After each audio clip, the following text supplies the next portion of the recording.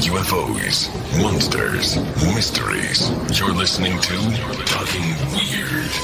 And now, from a cabin deep in the Northwoods, your hosts, Dr. Dean Bertram and Jen Durrell.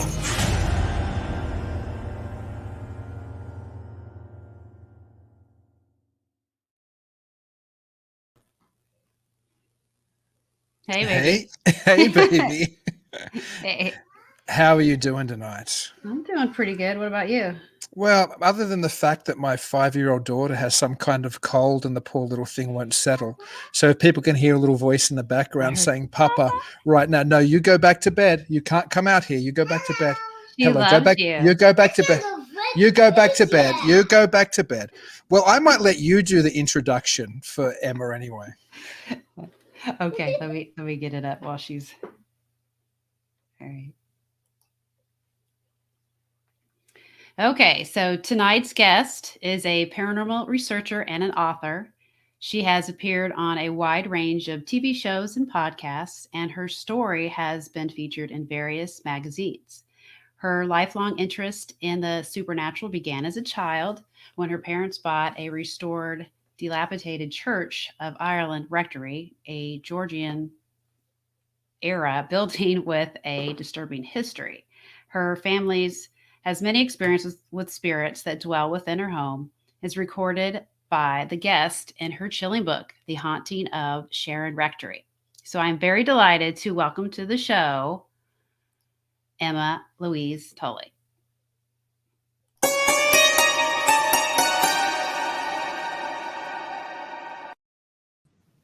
Hi. Hey. How are you? I'm doing good. pretty good. Good. Are you doing well tonight? Doing well tonight. That's good. That's good. So I thought maybe we would begin with the history of Sharon Rectory. Do you want to share that with us? Yeah. So the history, it's all began in the late 1700s. So the Wallers owned the property. That was the Church of Ireland Rectory, and it was Reverend John Waller and his wife Sarah Waller, and a guest, Reverend William Hamilton, was actually. He wasn't really invited as such. It was kind of, he was trying to get home to his own parish in the town of Faeries in Donegal, and he couldn't cross the Swilly because they says that there was a storm coming. But it was really the United Irishmen had wanted to get hold of him, because just for various religious reasons and political reasons and stuff, that they wanted him.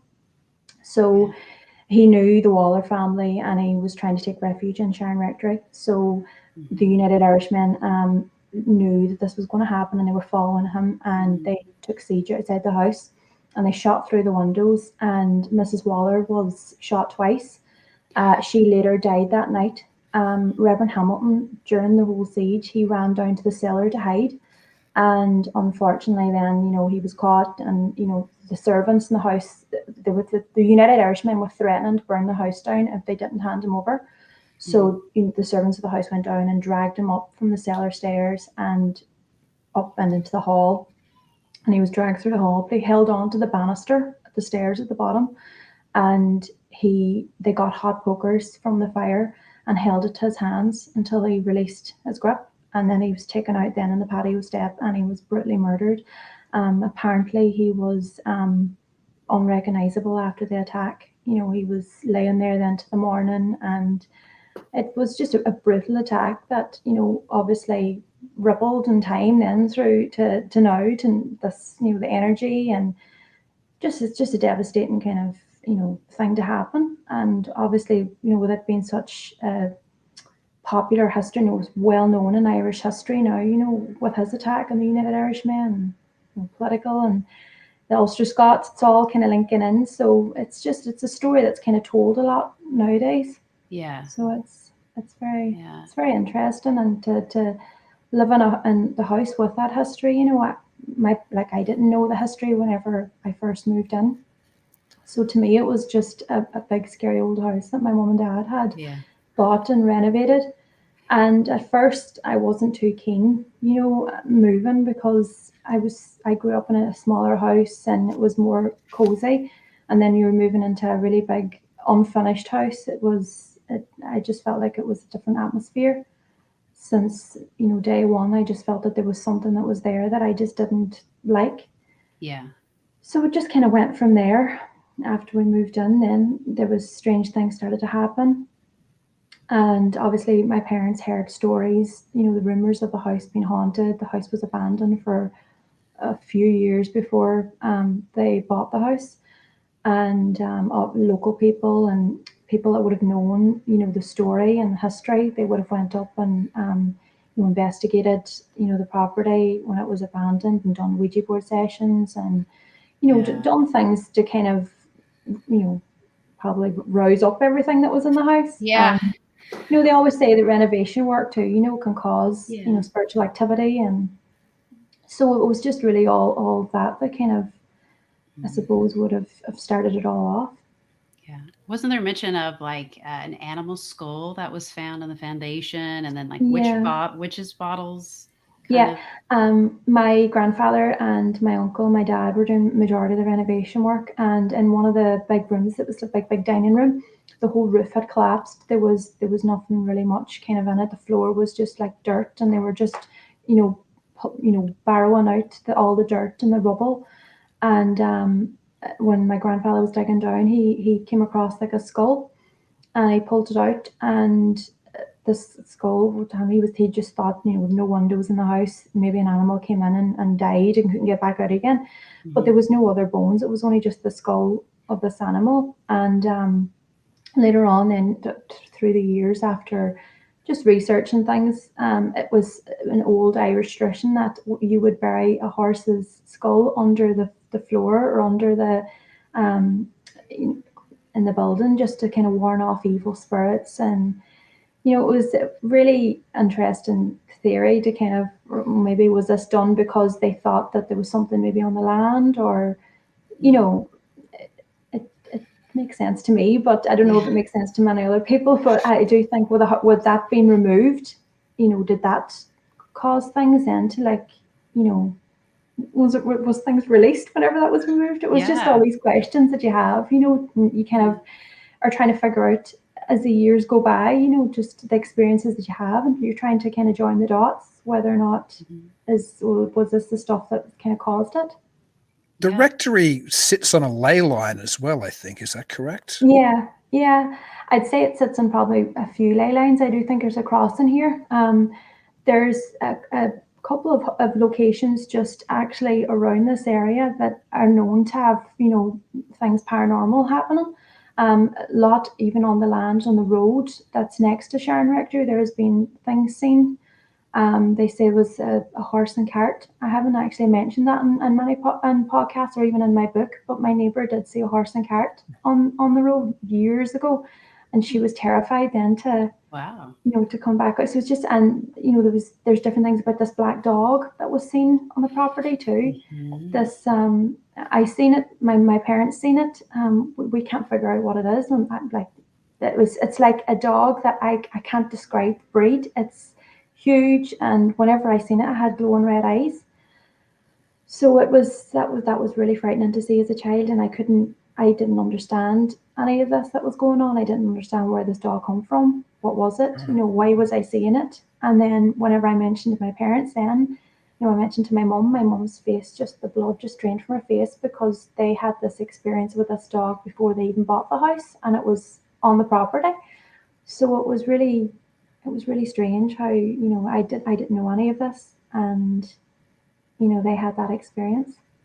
The black dogs are a traditional aspect of many hauntings in your part of the world. It's very a common manifestation in Ireland and the British Isles in general, right? So that doesn't surprise me that you have one there as well. When I was little, and I'm sure it's a different phenomenon, but when I was little, I used to have night terrors, or I don't know what they were. Let's identify them as night terrors. But one of the things I had was a big black dog used to come into my room and sit there and just look at me.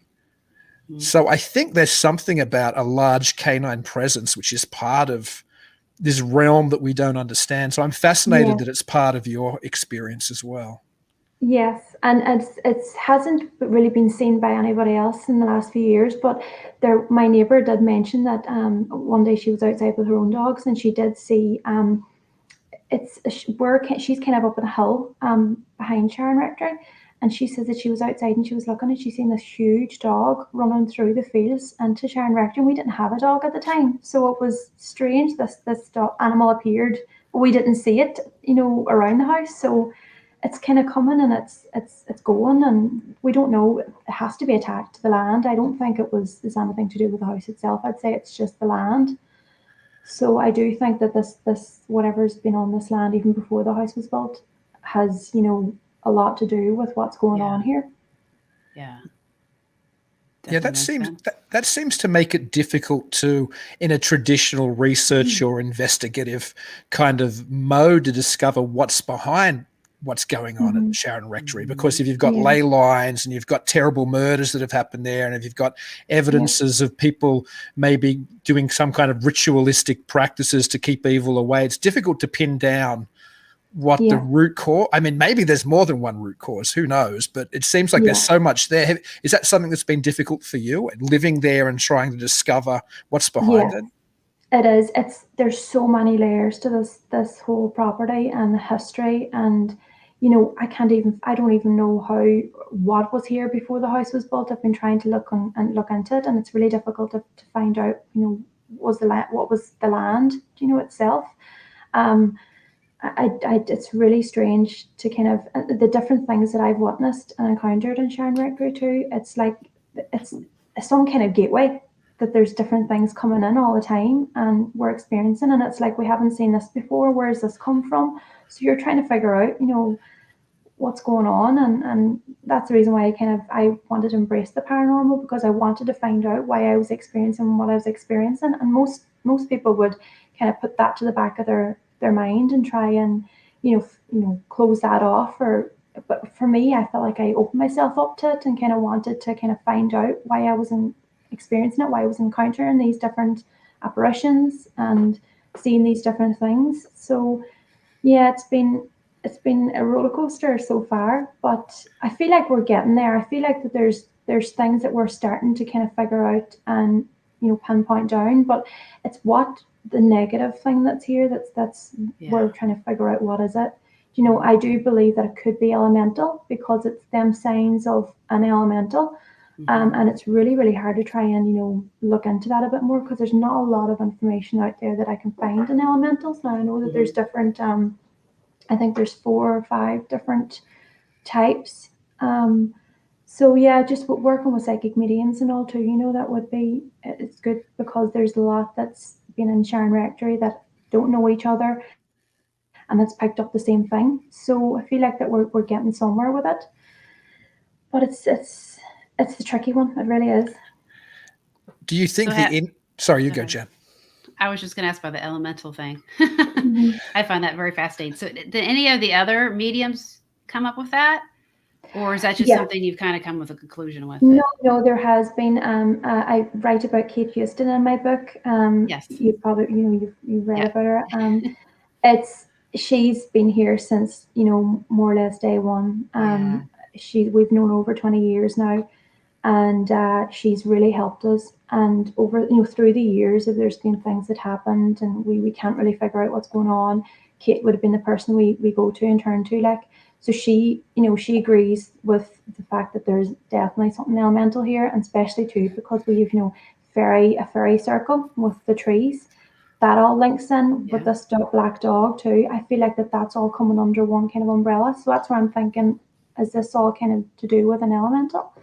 So that's when we kind of thought, right, well, there, and she's seen, things herself kind of around the house that kind of would signify elemental. So it's definitely something. They say that when they're low in energy that they become negative.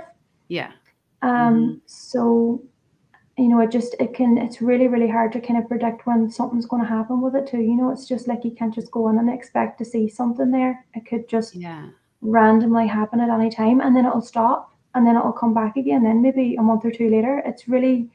It's crazy. It's not like, a thing where it's constantly going and constantly, and it'll stop and then start again. So it's it's definitely.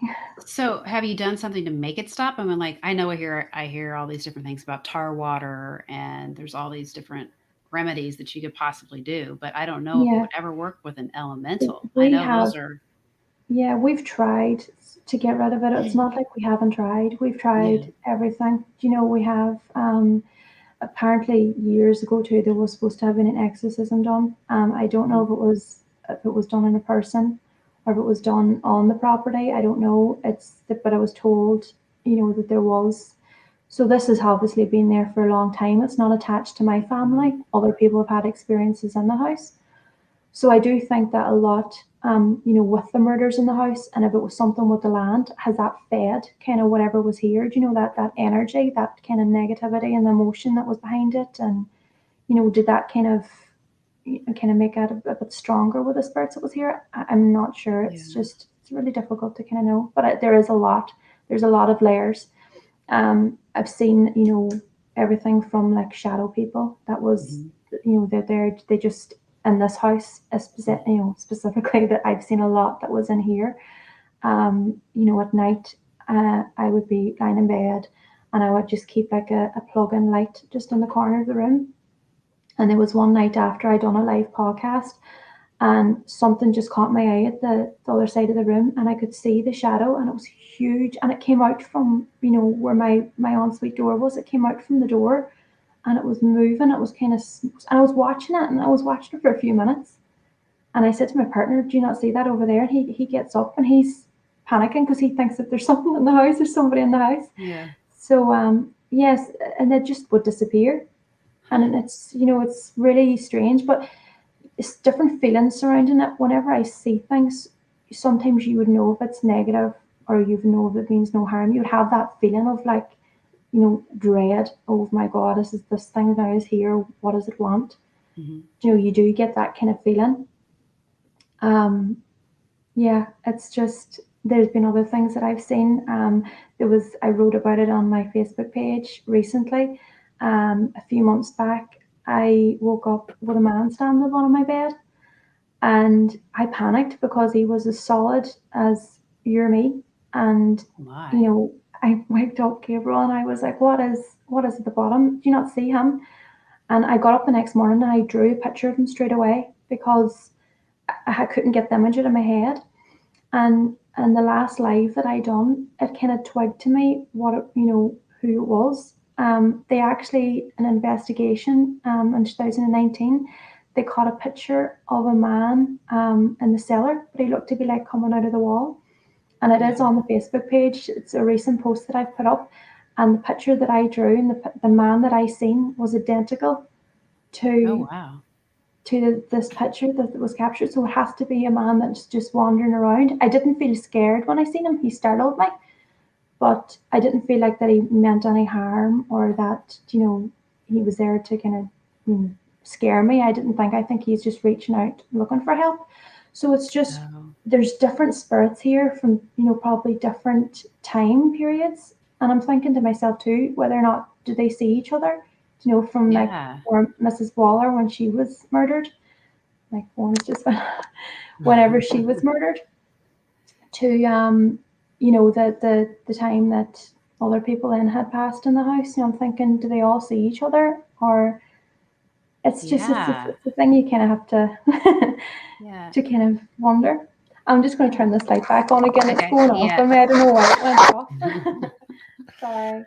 They heard you talking about them, so they want their presence known. This always seems to happen, though. Yeah, you're talking about them. They're getting some attention, man. Yeah, always something technical seems to go wrong. Do you find that, speaking about talking about them or it or whatever it is, when you have more researchers coming through and more things focused on that angle of your life and your reality, does it become louder? Do the spirits come through more, or does the manifestation, whatever it is, make itself more present? I do believe that when you're talking about them, that it does. It seems to kind of pick up a bit. the last few lives that I've done, there's been people's actually writing in the live comments saying that they hear a voice over my voice, but I would be in a different side of the house whenever I'm doing my podcast or interviews, like, and they're hearing a child's voice over my voice. Now, I do believe that there is a little child spirit that's in this house. I've seen. I don't actually know if it's a boy or a girl. It's really, really hard to kind of, because whenever I seen it, it had kind of longish hair, but it could have been a little boy with longish hair, because I would sometimes get it mixed up with my youngest boy, because it actually looked very familiar, with my youngest, because my youngest boy's got a wee bit of long hair. So whenever I see them in the house, like, I'm thinking, is it my son, or is it somebody that's dead? Oh, wow. You kind of just, it's, so that could be the little child spirit that's kind of coming through. Yeah, so there's a lot, and it's not like there's just different things that's always coming through for me, and I don't know if it's because I'm so sensitive now with, seeing these energies, seeing these spirits, is it maybe they're just coming through to me to say hello, or are they coming through to ask for help? And then I'm thinking then, the negative things that's coming through, are they coming through to kind of, I do think that they're holding back a lot of spirits that want to try and get help or want to try and communicate, because whenever it could be, noisy time for them, whenever after a while this negative thing would kind of come through and cause havoc, and then you wouldn't really kind of see many of the spirits that we usually see. So I do believe that, it's trying to overpower them. I've found that a lot. I've wrote that in my book, whenever I was, writing the book, I kind of added up, joined the dots in, and I was thinking to myself that this negative thing has been holding back a lot of spirits that was in the house.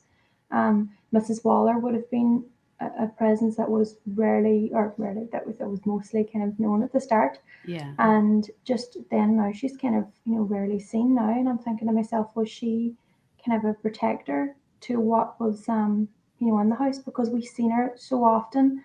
And then, after Kate done seance and all in the house, she kind of was more at peace with herself, but she was still in the house. She wasn't stuck.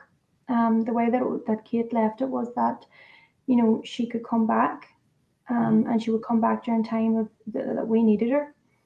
The last time that I felt that her presence in the house was when my grandfather died last year. And I felt her for a brief moment in the house, but I haven't seen her since then or felt her since then. But I do believe this negative things kind of came out a little bit more. Yeah. So I'm just thinking to myself, is it holding these other spirits back that's trying to come forward and ask for help?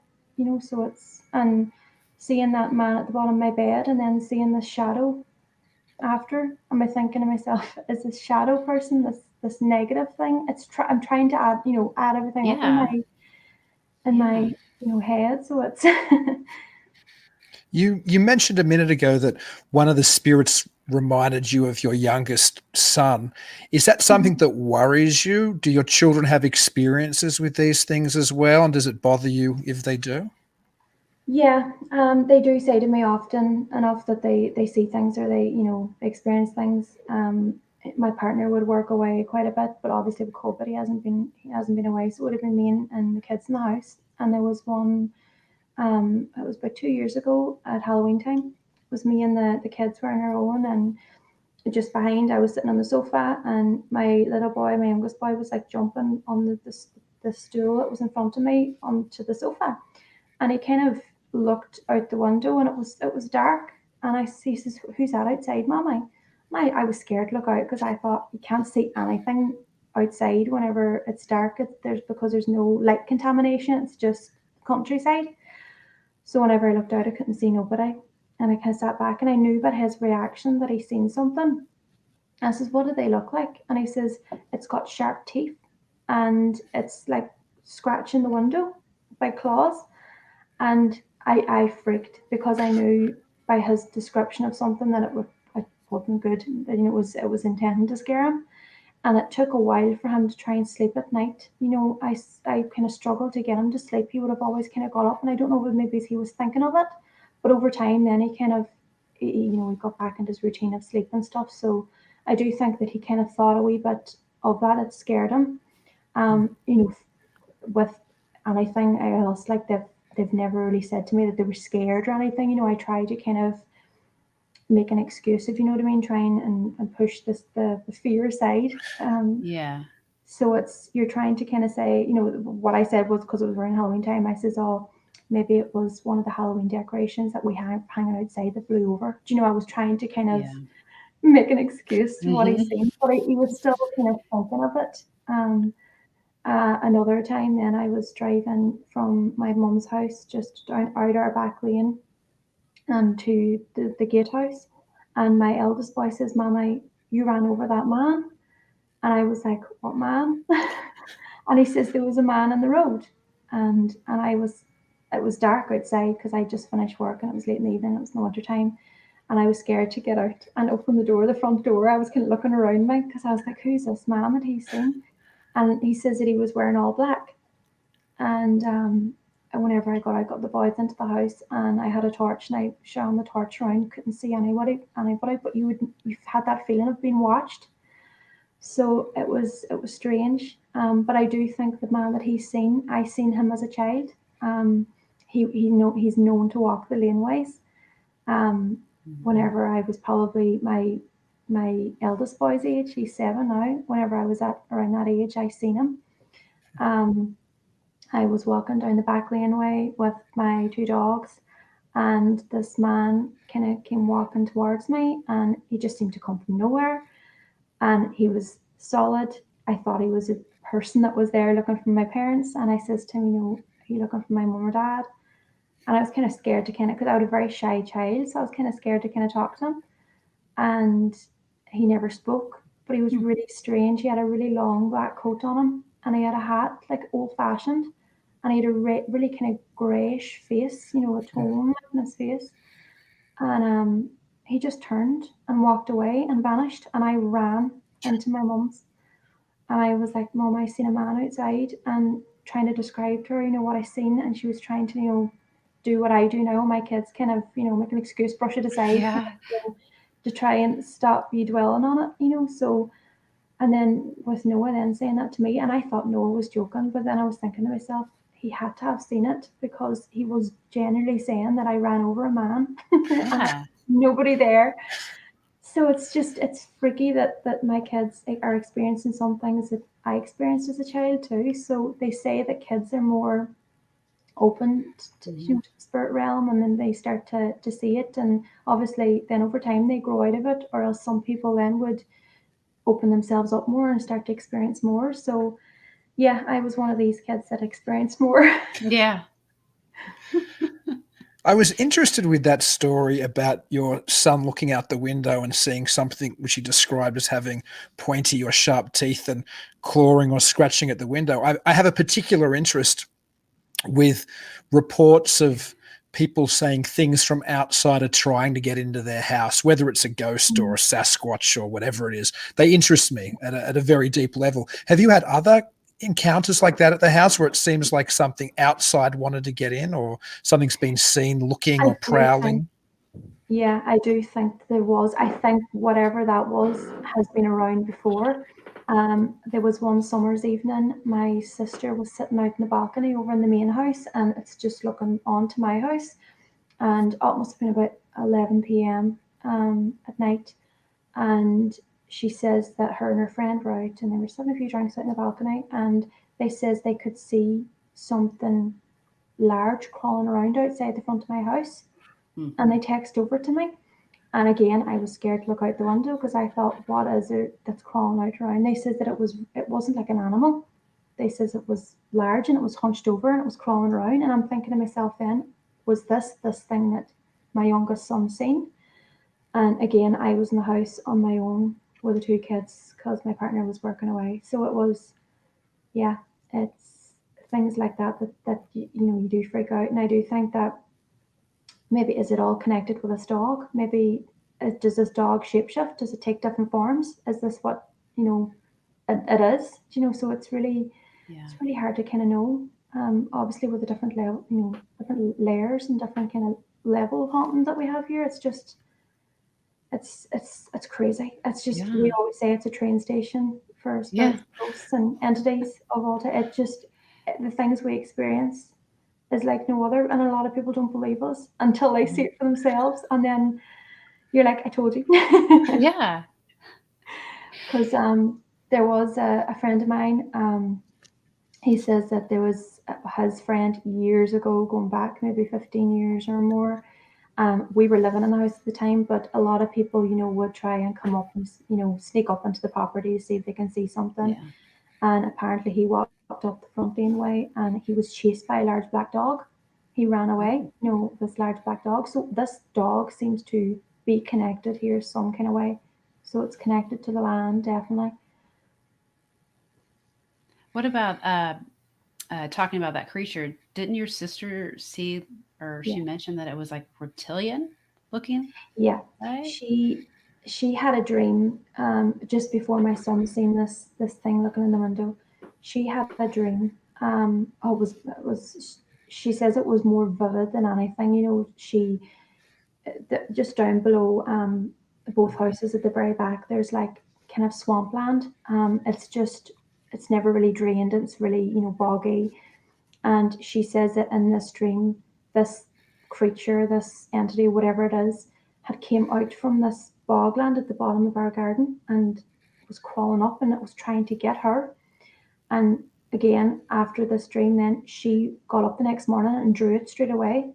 And my son didn't see this picture or anything, but it had pointy teeth. And, she says that it looked reptilian. So that was really freaky then, to kind of have that two different encounters by two different people, or the same encounter by two different people. Yeah. So it was freaky. And then during an investigation, I don't know, you see if this thing has got into the main house, because during an investigation we had a team that was there, all lovely people, and we were down in the cellar and sitting in darkness. In the cellar, even during the day, you can't see your hand in front of you. If it's dark, it's really, really dark. And we were down the very, very back end of the cellar and sitting quiet. And the next thing, you can see from, your lights from your equipment and things, you can see kind of each other a wee bit. And she says that there was a guy who was standing, and his light of his camera was shining, but whatever was behind him had crawled out and crawled along the roof. And she sat quiet for a minute, and then all of a sudden, then she started to panic, and she ran straight out and ran upstairs. And my mum was in the kitchen, and she ran out the door, and we were like, "What's going on?" But she never told us what she seen. She just ran out, and we went upstairs, and we were asking, "Was she okay?" And she said she was really, really crying. She was really upset. And she says, I don't want to go back into the house again. She goes, what I seen, she says, is not human. It's not normal. And she says that it looked like an alien. To her, she says it looked like an alien. And, I'm thinking, is this the same kind of thing that, my son and Victoria seen? But she says it kind of crawled, and she says it whatever way it crawled, and they didn't look back at her, but it like nearly, 180 with its head really around. And she says it was the way it looked at her. And she ran out, and she says outside the house even wasn't far enough away.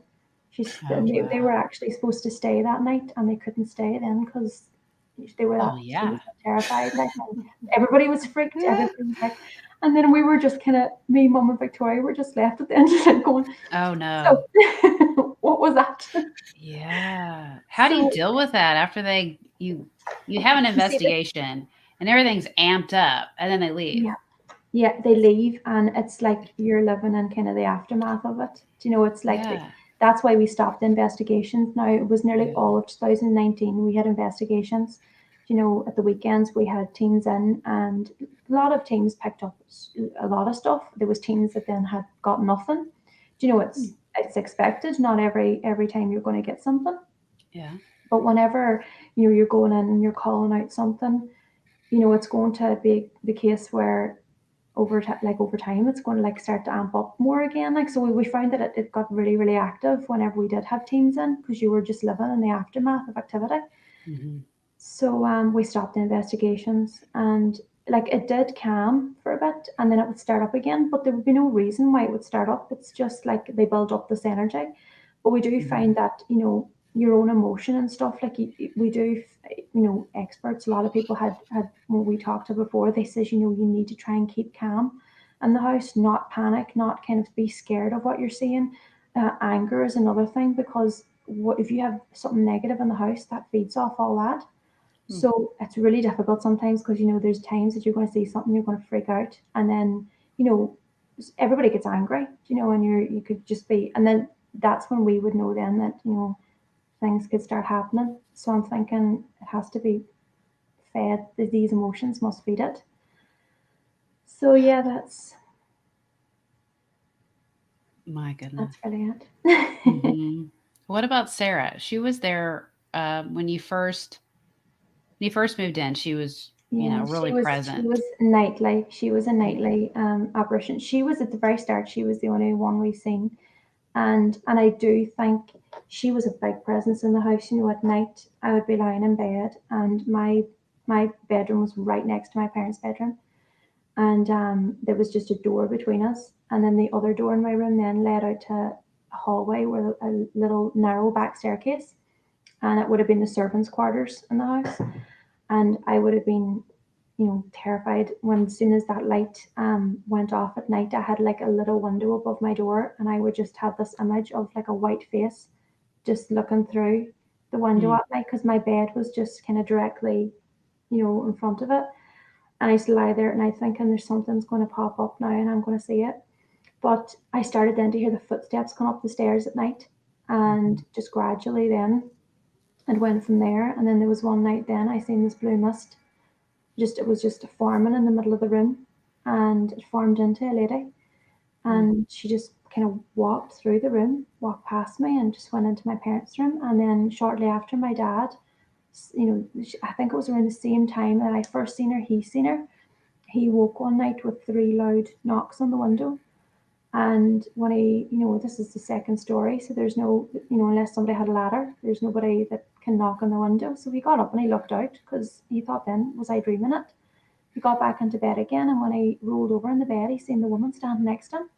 And he jumps up, turns on the light, and she disappears. And it just went from there. You know, it would have been at night. We didn't know at the time what our intentions were. You know, was she there? We know, was she evil? Was she good? We didn't know.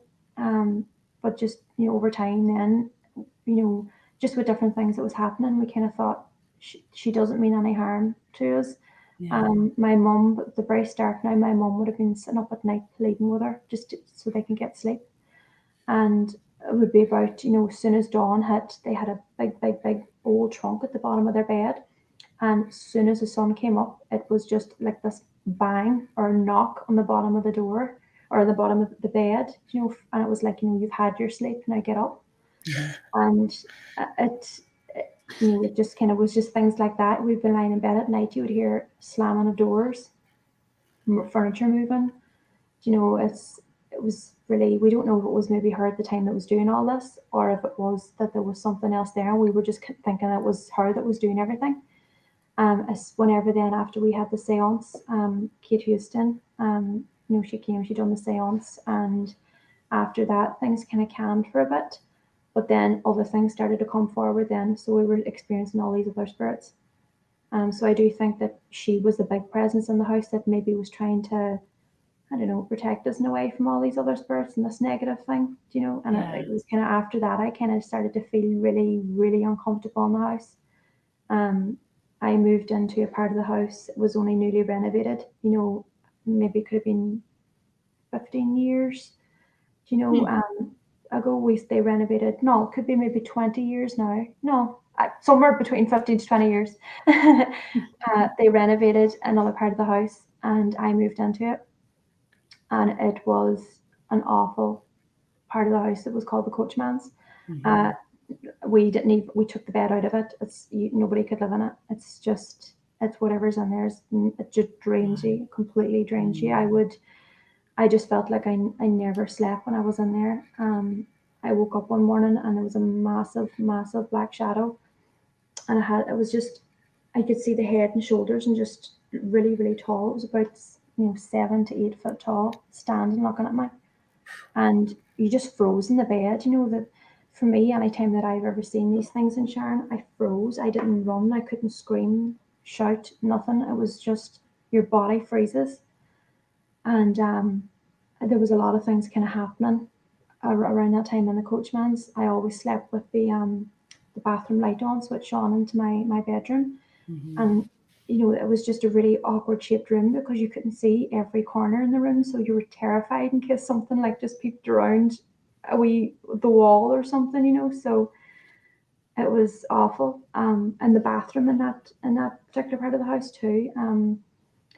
I seen, like, and it was going to sound strange, but I was looking in the mirror Mm-hmm. above the sink, and I could see a face come through the wall behind me. And I do think that there's some kind of portal or something that's actually in that part of the house, in that particular room. Because we've kind of got a wee joke now that it's called, like, we call it the portaloo, because it's like Yeah. everything seems to come through there. So that's whenever I feel like that part of the house is just, it's not good. The things that I experienced, my sister moved into it for a short period too, and she experienced horrible things in it, and nobody's ever stayed in there since. So they took the bed out, and Victoria just uses it as a studio now for Oh, yeah. her work and stuff, like. But nobody could sleep in it. It's just, when you're in there, it's awful. Even the change in the Yeah. even the change in the feeling of the house, the atmosphere. You go from one end of the house, it starts to change as you go to the other end. It's you need to experience it for yourself to kind of understand it. But even skeptics come in and can feel the change. Oh, well, So that's something. yeah. There Mm-hmm. must have been times when you and your family were like, we've had enough. It's time to move out of here. Yeah. Or did you have those conversations ever? Or My parents are very, like, strong headed. They're like, nothing's going to scare me out of my home. That's Kate now. I'm just seeing her message come through. Yeah. No, they are very, no, nothing's going to scare me out of this house. And I did, for a short period of time, I moved away from the house, and I felt normal. I felt like, this is great. I'm not experiencing anything paranormal. And then it was like something, it's really hard to describe, but something felt like it was drawing me back here. So we came back then, and the gatehouse, then we just kind of done up for ourselves then, and we've been living here since. And I've been experiencing things, that's been scary. I've been experiencing things that hasn't been too scary. So it's just really, I don't know. I don't mind it as much. Like, it's just, there's things, there's attacks and stuff that I would get. And I don't know if it's maybe because I'm writing about everything, that it's like, this is a way to shut me up. But I feel like that there is spirits in this house that need to tell, need their story told. So I'm just really just doing that, and there's a lot of good spirits that I want to try and figure out and help. Yeah. So it's, yeah.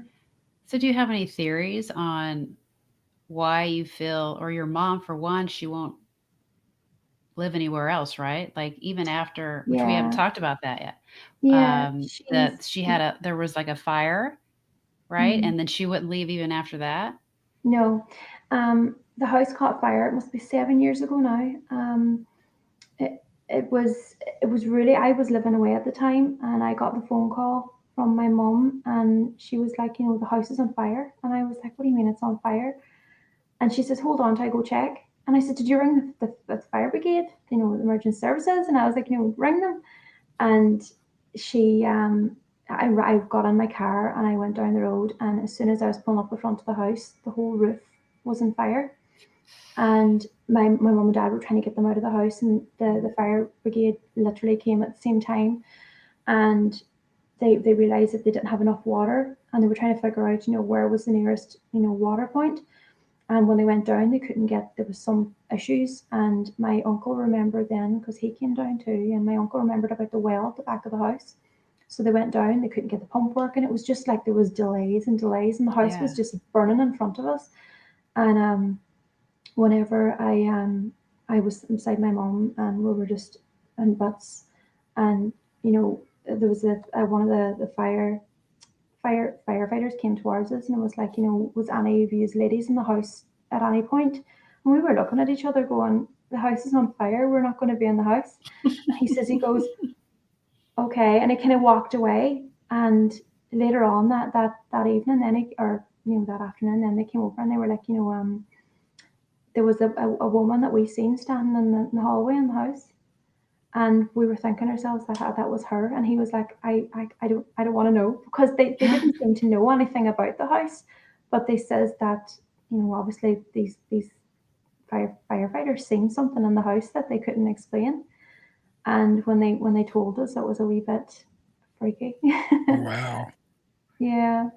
So, but the house, my mum, she wouldn't leave the house. She stayed in the coachman's for the period of time till they rebuilt, because that part of the house was on the other side and it wasn't damaged. There was a lot of water damage through the rest of the house, but that was the only part that was it didn't reach that far. And, during the time in the coachman's now, there was my dad, he took unwell and he was in hospital for a period of time too at the same time of the fire. So it was a real stressful time for my family. And my mum, dad, and my sister had to stay in the coachman's area. I was saying to her to come up and stay in my house, and no, she was just not for leaving. She's always been like that. She just doesn't want to leave the house and be felt like that she needs to leave because of spirits or because of anything else. So yeah, that was really the story behind that. So it's more of like a pride thing, or do you think she actually has a connection? I do think the she's got a land? connection. Yeah. I do think she's got a connection to the whole property. There's a lot of people actually that says to us that, my parents didn't choose the house chose them. So it's one of these things that, my parents were both skeptics whenever they bought the house, even though they had an experience prior to buying the property, because they, my mum's local. So she heard the stories and, they were just trying to, investigate themselves, like, because it was abandoned at the time. Yeah. And they had the experience with a dog. And they just never really kind of thought that any of this would happen ever. And when we just started to experience things then, at the start, I'd say there was a point where, can we do this, but no, they stuck it out, and I don't think they'll be going anywhere anytime soon. I think that my parents are definitely sticking this is for the long haul. They put their heart and soul into renovations and making this a home. So You mentioned before that there was a fairy ring on the property of trees or something. I think you said, have you had any experiences that you've, I guess, delineated from the other more haunting experiences and said that might be the fair folk doing something? yes, yeah. There was a point during renovations, my uncle, I wrote about it in my book in more depth of it, but my uncle, long story short, he actually damaged one of the fairy trees. My parents didn't know it was a fairy circle at the time. And, they just were like, oh, it's fine, it's a tree, there's no harm done. And not long after they damaged the tree, my dad had a serious accident and nearly died. And he was in hospital for weeks, and the renovations kind of started to slow down. And it was later on then we realized that that's a fairy circle, because it's the way that the trees are growing, and there's like little rocks and stuff that's around it. And like every spring there's like the little white drops, and kind of like there's all these different flowers that kind of grow around there that don't grow anywhere else. And little the little mushrooms and stuff. I've took pictures of them before, but it's peaceful sometimes, but there's times that I walk through it, I feel like I'm not meant to be walking through there, because I walk through to get to the main house from my house. It's just like a wee walkway. And I do think, it's one of these things where if you do any damage to it, there's consequences.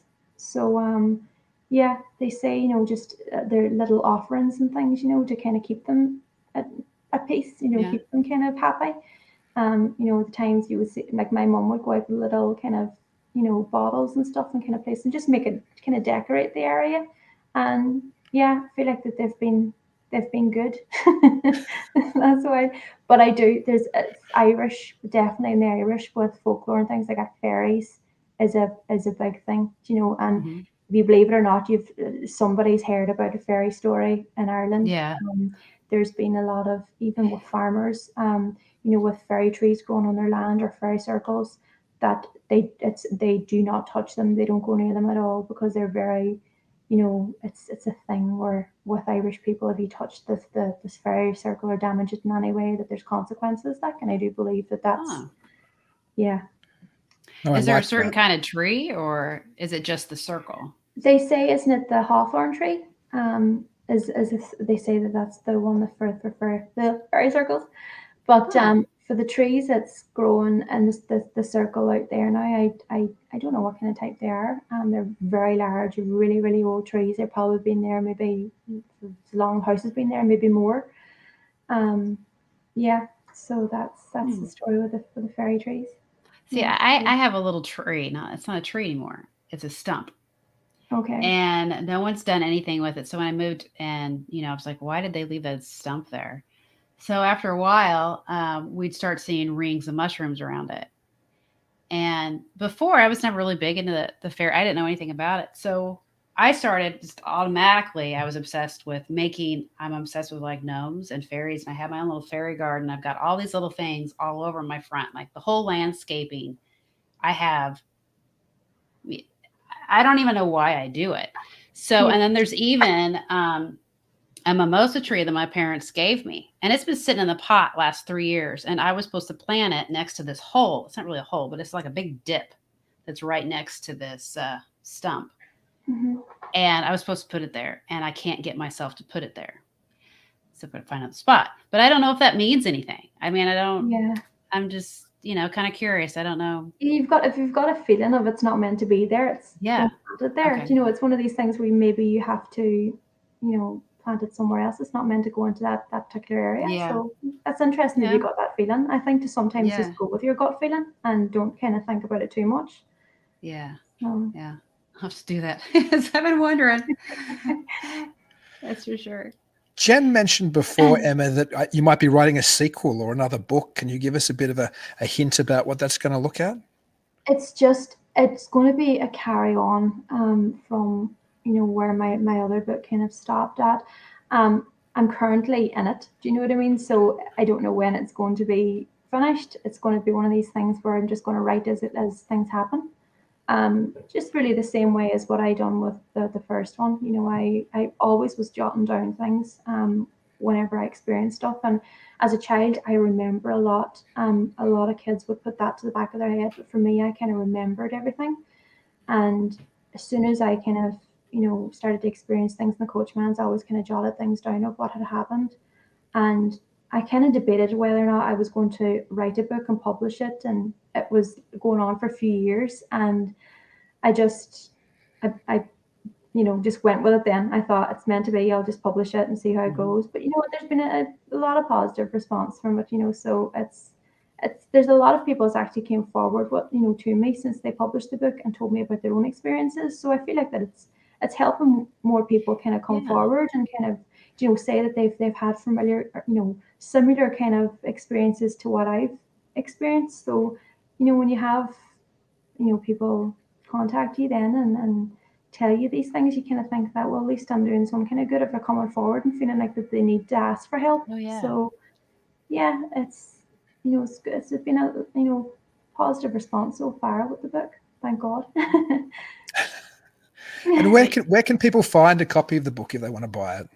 Yeah, it's on Amazon and Kindle. It's the best place to get it anyway. So it's been coming up on other websites, but Amazon and Kindle anyway is the main one. And since you published the book, I think it came out not very long ago, last year, but have you seen an increase in activity in the house? I know you said maybe they didn't want you to write the book or some of the spirits, but has there been a change since it's come out?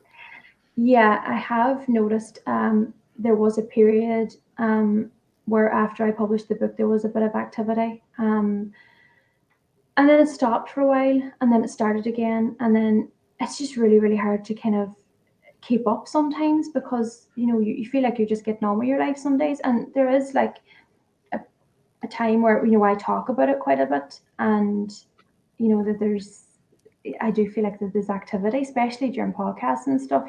Recently I've noticed that there has been things that's happening. When I look back then and what I have people in the live chat saying, oh, there's a voice over yours, and it's not your voice. And when you look back then and you can pick up or hear these things, because I don't hear it at the time, and then you kind of think to yourself, what was that? And then I experience things then whenever I go to bed late that night. When the house is so quiet, that's whenever you can hear things and see things. And during the day, you could be, doing things around the house or moving around. You don't take notice of things. And that's the same with the main house, with my parents and my sister. You just get on with your daily life. It's at night when everything's is calm and it's darker, and kids are in bed, and that's whenever you start to kind of notice things, or see weird things. And so I do notice that whenever I talk about it, that it is very, can get a bit active. So I just think that maybe, in my opinion, there is some spirits, it's kind of like they're talking about me. I'm here, listen to me. So I do think that it's probably like they want to kind of tell their story, and maybe that's when they come to. But I do think that whatever here that's a dark entity, or if it's an elemental, I do whatever's here, I do think it holds back a lot of spirits from coming forward. So we're just trying to work on that, just with trying to get this under control. I don't know how we're going to try and get this sorted. I really don't know. We've tried a lot of things, and I know people, because I've had people contact me, have you tried sage? I'm like, sage isn't going to lift this. Worrying about, and there's nothing happening. So it's